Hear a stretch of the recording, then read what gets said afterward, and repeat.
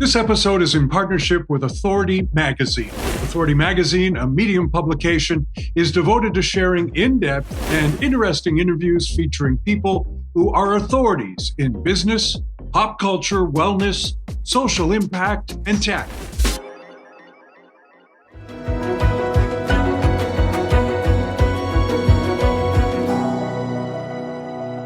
Here's a quote today's guest is very fond of. There's an opportunity in chaos if you can find it. His name is Calvin Schwartz, and his life's journey is one of discovery. His message? Keep asking questions and grow. And we are about to find out how a former pharmacist wound up a journalist and author. Calvin, welcome to Believe in People. I'm thrilled to be here.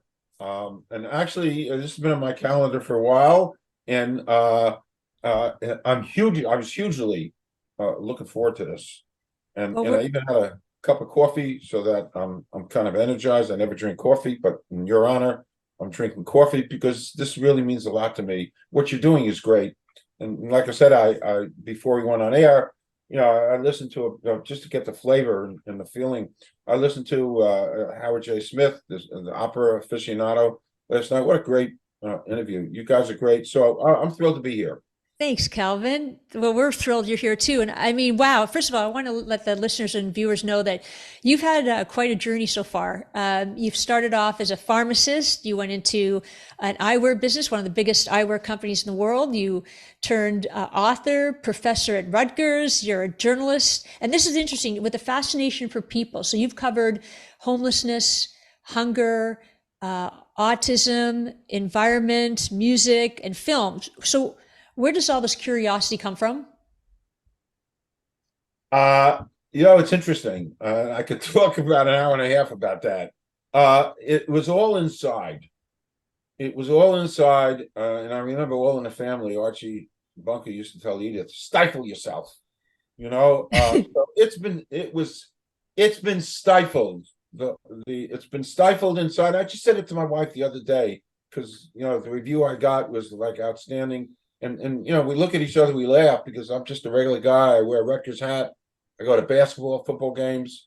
I'm just a regular guy. So where's it all come from? It's been inside wanting to come out for decades and decades. And finally, after I turned that magic number of 65, I'm giving away my age, so be it.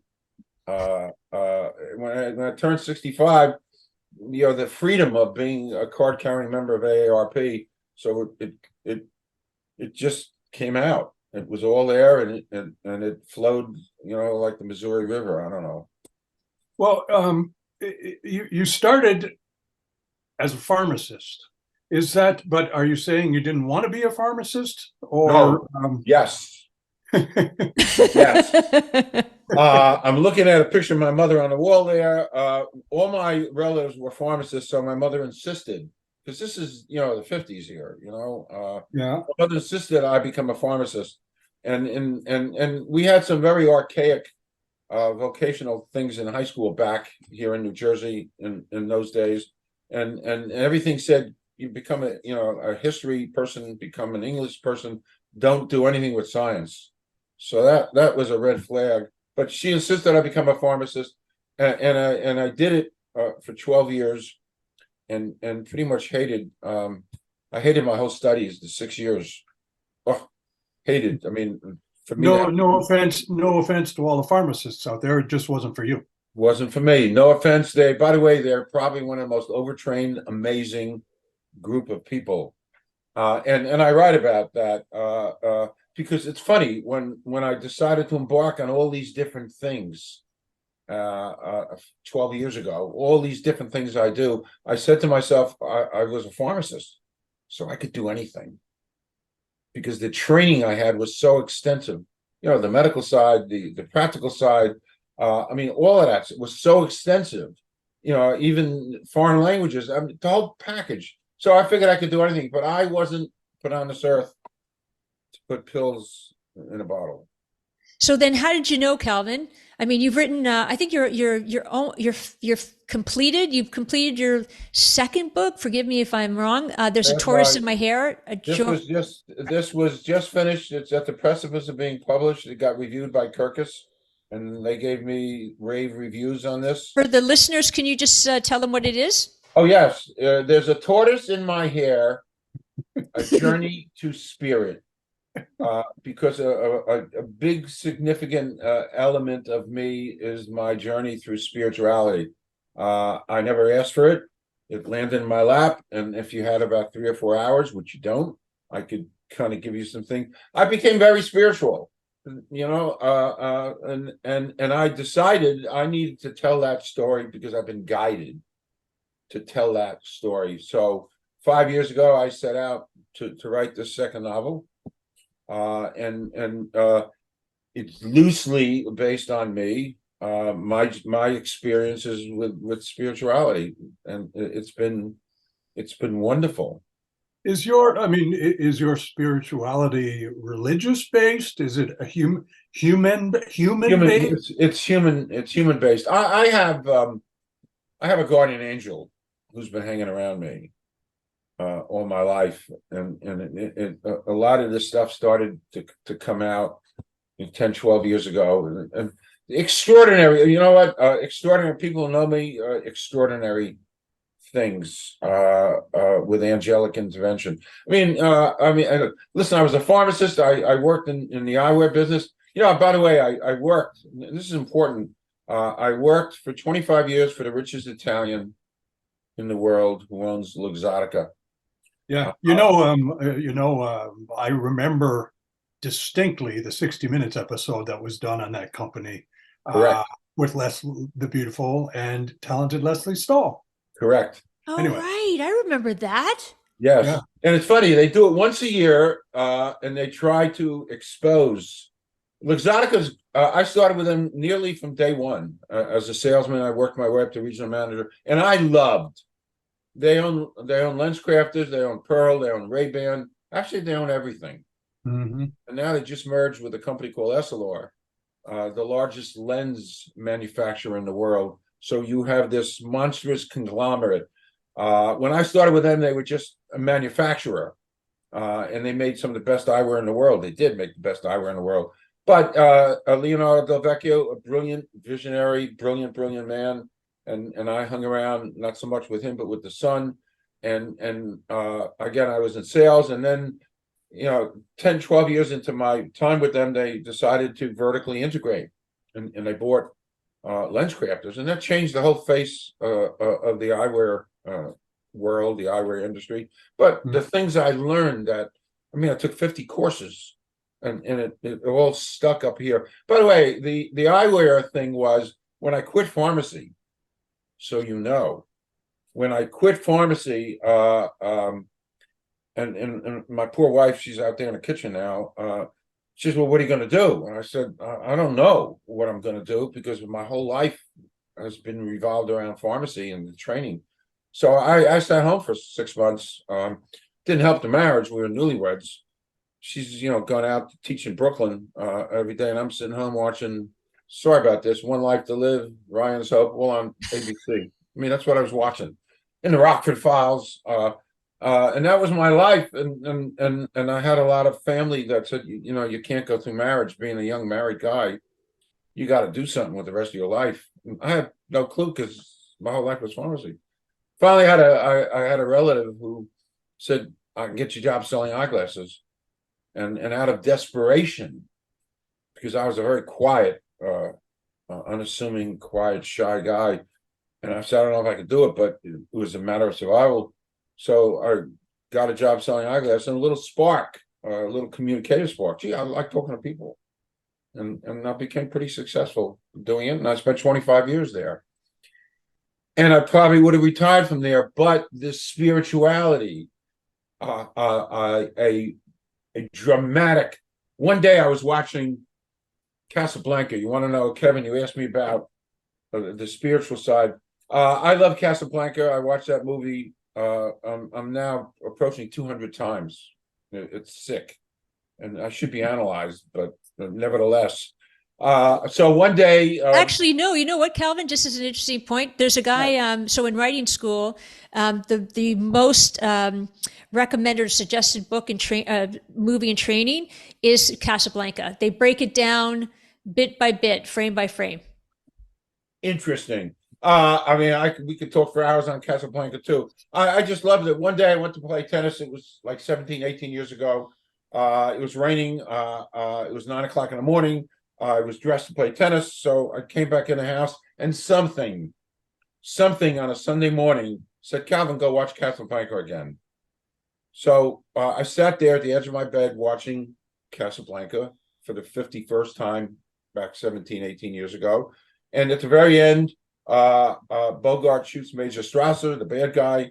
It's 1942. And to celebrate that, my favorite character actor, Claude Rains, picks up a bottle of Vichy water, which looks like this. You know, it was shaped like that. Picks up a bottle of Vichy water, looks at the label, anything in 1942 with the word Vichy in it generally meant you were conspiring with the Germans, you know. So Claude Rains throws that into the garbage can. Throws it into the garbage can, takes about a second, and the minute it hits the garbage can, I grab my head and I said, oh my God. Kind of like Fred Sanford, you know, Elizabeth, I'm coming, you know. And my wife yelled, what's the matter? You all right? I said, yeah, there's a novel in my head. Now, again, I had never written anything in my life before, except a couple of term papers in college. And I came down here and sat in this chair and I outlined this novel, my first novel. It's called Vichy Water. Oh, Vichy water. Okay. Vichy Water. And the idea, even the cover design, one morning at 4:44 in the morning, I jumped out of bed, came down here and designed the cover. It's my two characters in this novel sitting on a train bench, waiting to take a train into New York. It's Maplewood, New Jersey. And that became the cover. And the story is really a coming of age story. Two boys of different backgrounds meet and become great friends. So this all, and I'm going to show you something, and this will tie in so much. So I knew for years and years and years that somebody up there stuck this into my head. I mean, I may sound crazy, so be it. I knew it, and then began a part of my life for 10 years trying to figure out who, what, why, when, where. So I knew somebody up there stuck it into my head. I know now why, because this was the vehicle for me to have changed my life, to go on and do different things. This was a vehicle. Right after this got published, self-published, I became a journalist, a broadcaster, I mean, do all the things that you said, Amy. So when the day I did find out that it was my grandfather who put I was named after him. You know, he came from Russia. He died in 1937. I never knew him, but he put this into my head, and I panicked because I didn't know if my parents were gone. I didn't even know if I had a picture of my grandfather, but I did find a picture.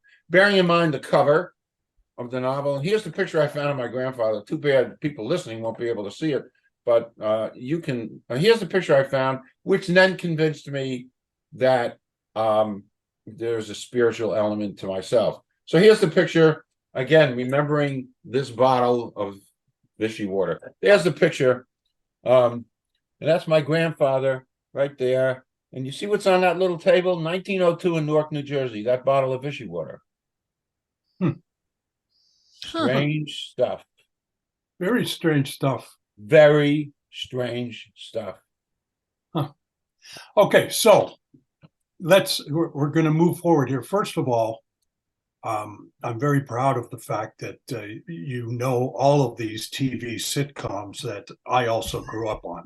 Good. Although Ryan's Hope was a little, that was a little extreme for me.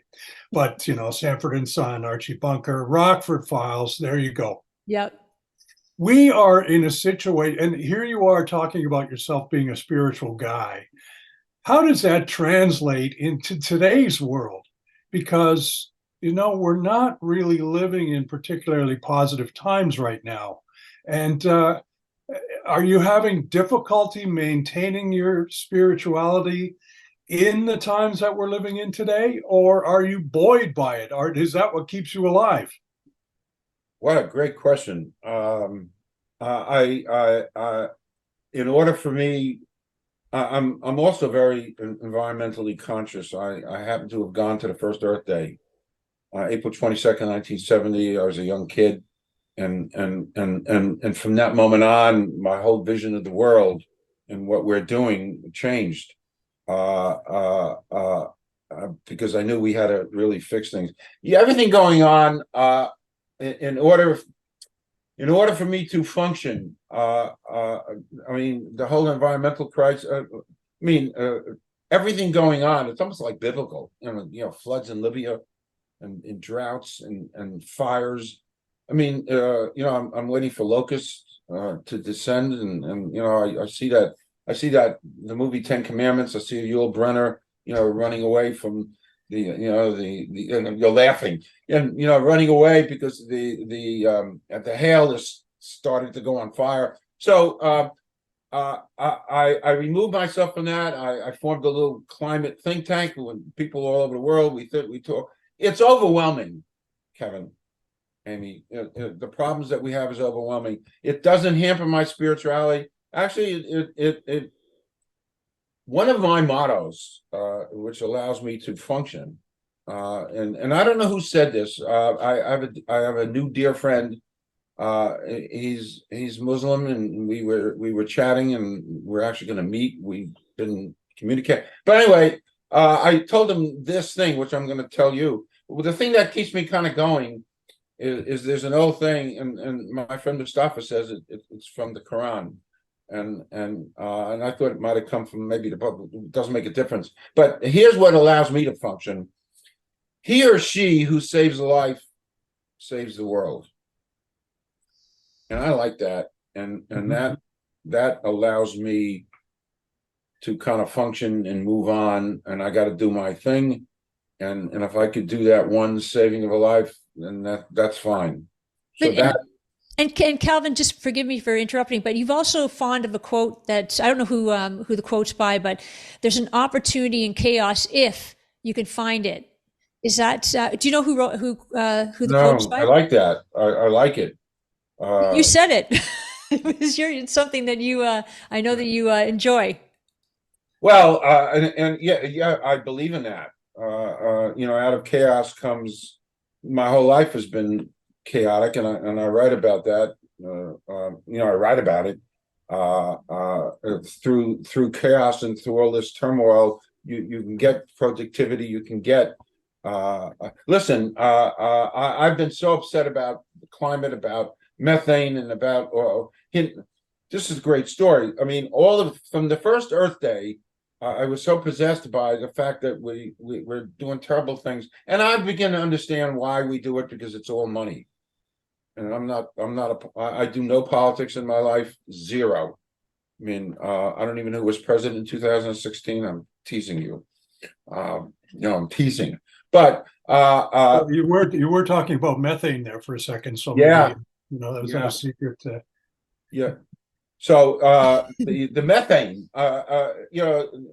here's the story. So cows graze on grass that we water. Tremendous amounts of water goes to feed the grass, so that the cows can eat the grass, so that a hamburger company can make hamburgers out of that. And for years, from 1970 on, it bothered me. It bothered me. So out of that chaos, out of that chaos of we're eating hamburgers and we're polluting. And I loved hamburgers, and I loved hot dogs, and I loved corned beef. I mean, I loved all that stuff. But out of that chaos, and I said, I got to do something. I gave up in 1975 eating anything with four legs. So it was hard. Because for years and years, every day I said, gee, I wish I had a hamburger. Here we have something called White Castle. Great hamburgers. You buy them by the sack. I don't know if you remember that, Kevin, when you were here in New York. Well, they got them in Chicago, where I am too. So yeah. Oh, cool. Oh yeah, you can get a whole bag of them on the way That's home right. from the pub. That's right. Way to So, tease him, Kev. so I haven't eaten anything with four legs since 1975. Now, that for me that was chaotic because I'm giving up, and every day for years was a battle. I mean, I want to eat this stuff, but I didn't. Now, the side effect of that, the positivity of that is a couple of years ago, I had my, because I'm friends with one of my cardiologists, so I had my uh, calcium C2 scan to see how, because you get to be my age, you get to be a septuagenarian, and your arteries start to clog. And anyway, I had it checked. My cardiologist, and actually the hospital. This is so funny. The hospital had a sale on calcium C2 scans, $69. Are you kidding me? This gigantic machine for 25 minutes, monstrous machine, 8 people attending, and they're charging me $69. Wow. And I didn't even have the nerve to say put it through, Medicare. No, I'll pay.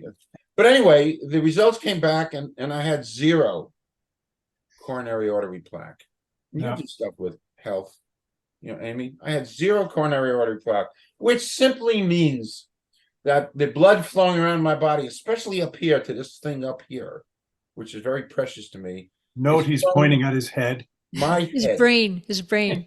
my brain. And so the blood flowing up there is unimpeded, so that all the little cells up there are getting their full supply of blood, which allows me at 78 now to be functioning at a high level. My knees ain't. And You're 78 right now? that's right. Oh, okay. We jumped from 60 something Yes, I to did. I did that very secretly, furtively. I try to hide that. Yeah, I am. What is your advice to the rest of us? Are we supposed to be more curious? Are we supposed to act upon those little ideas that we have inside? I mean, I shouldn't ask if you have any tips, but what are your tips? The tips are, believe in people. It's such a great topic. The tips are that for younger people, and I do a lot of stuff with Gen Zs. I interview a lot of Gen Zs. I work closely on my little channel with Gen Z. The first tip is that you should begin thinking about your life, and doing things when you're younger, 20s, 30s, 40s, because you're going to eventually get to in your 70s. And if you've lived a good, healthful, sane life, then you can get into your 70s and be as active and productive. In other words, plan ahead, be healthy, absorb as much as you can, read. Now we have AI, which is wonderful. I've jumped into that. So in other words, what I'm trying to say is every day is important, but you got to think ahead, and there's no such thing as immortality, at least while we're here, and be proactive and think and do things, because the things you do when you're younger may influence your life when you're older. I don't want the meat industry to say bad things about me. I do eat things with 2 legs. I'm a flexitarian, not Presbyterian, but flexitarian. That means I do eat fish and chicken and turkey. So, but that answered your question, Gavin. Sure. It's to think. It's to Yes, think when you're you said to live younger. your, yeah. Yeah, you said, I mean, live your life to the fullest, because, I saw that in a doctor's office once. Don't bemoan the fact that you're getting older, because it's a privilege a lot of people never have. And yeah. I've never actually forgotten that. Not that we're doing this podcast for the AARP crowd, even though we're all in it now. But yes, that's it. And I'm glad you just mentioned the believe in people thing, because that's the question we ask people every week at the end of the show, of which this is. And that is, why do you believe in people? Is it basically, and it's a big basically people are really they're good and they're caring, and they're special. It just gets crowded out. It gets squeezed out and crowded out in the world we live in the social media world we live in. Yeah, I believe, I so believe in people. And it's funny, I do some interviews too, and I think I'm about as in the work that I do to make it. I believe in the essence of people, in the goodness of people. So the people I interview, I interview people. I'm about as diverse in thinking. Diversity is a beautiful, wonderful thing, and that's people. And so if you look at the range of, I have a new dear friend, and he's great. We were going to do some stuff together. Muslim, and it's a beautiful thing. Diversity, a beautiful thing. So it just is. And so believe in people, and that's really what we all should be doing more and more and more. Believe in people, and kind of take yourself out of the headlines, the stuff you see going on, because here in New York, with the stuff going on in New York every day with 3 babies were introduced to fentanyl the other day. I mean, are you kidding me? So, but you got to believe, but you have to believe in people, because basically we're a pretty damn good species. We just kind of lose track of things, and but that's why I was so taken in, Amy, when we first got connected. Believe in people, because I do. I do. Well, thank you, Calvin, and we believe in you, and we really appreciate well, you've done a lot in your life, and I think that's part of, and your podcast speaks to that too. So it's called, what is it? We the Species? Conversations with Calvin. Yes. Semicolon, We the Species. And by the way, that title, it could have said Believe in People. I didn't. Mm-hmm. I was convinced when I said that we are one species. And it's like, I want to recreate. You're going to laugh, Kevin. I want to recreate that scene from Moonstruck when Cher slaps Nicolas Cage and says, snap out of it. Love that. And we, the species, is snap out of it. We're one people. And if we don't fix things, we ain't going to have a home. Well, on that note, Calvin, you said you ended this beautifully. And so we thank you for your being on an episode of Believe in People. We're really grateful. Thanks a lot. I really mean that. Diversity is people. And in today's world, that's exactly right. I am very glad that he found his path and his spirituality. And I'm very glad that whenever I need a pharmacist, he or she is there for me. But I am also really looking forward to speaking to Calvin again, because aside from the fact he loves all the same TV shows and movies as me, he's actually a very inspiring guy. So there, Calvin. There you go. And yeah, I too love pharmacists. And I just want to say that, you know what? I think the key is embrace diversity. I love mothers. Yeah, and mothers. And embrace diversity. That's really, diversity of people, embrace diversity. And he is inspiring. And if you were inspired by this podcast, we encourage you to subscribe to Believe in People, because you will be able to watch other and listen to people just like Calvin. Thank you so much. Yes. Have the best day. Thank you. There may be some methane involved in the podcast, but overall, it's a very positive thing. Thanks for being with us.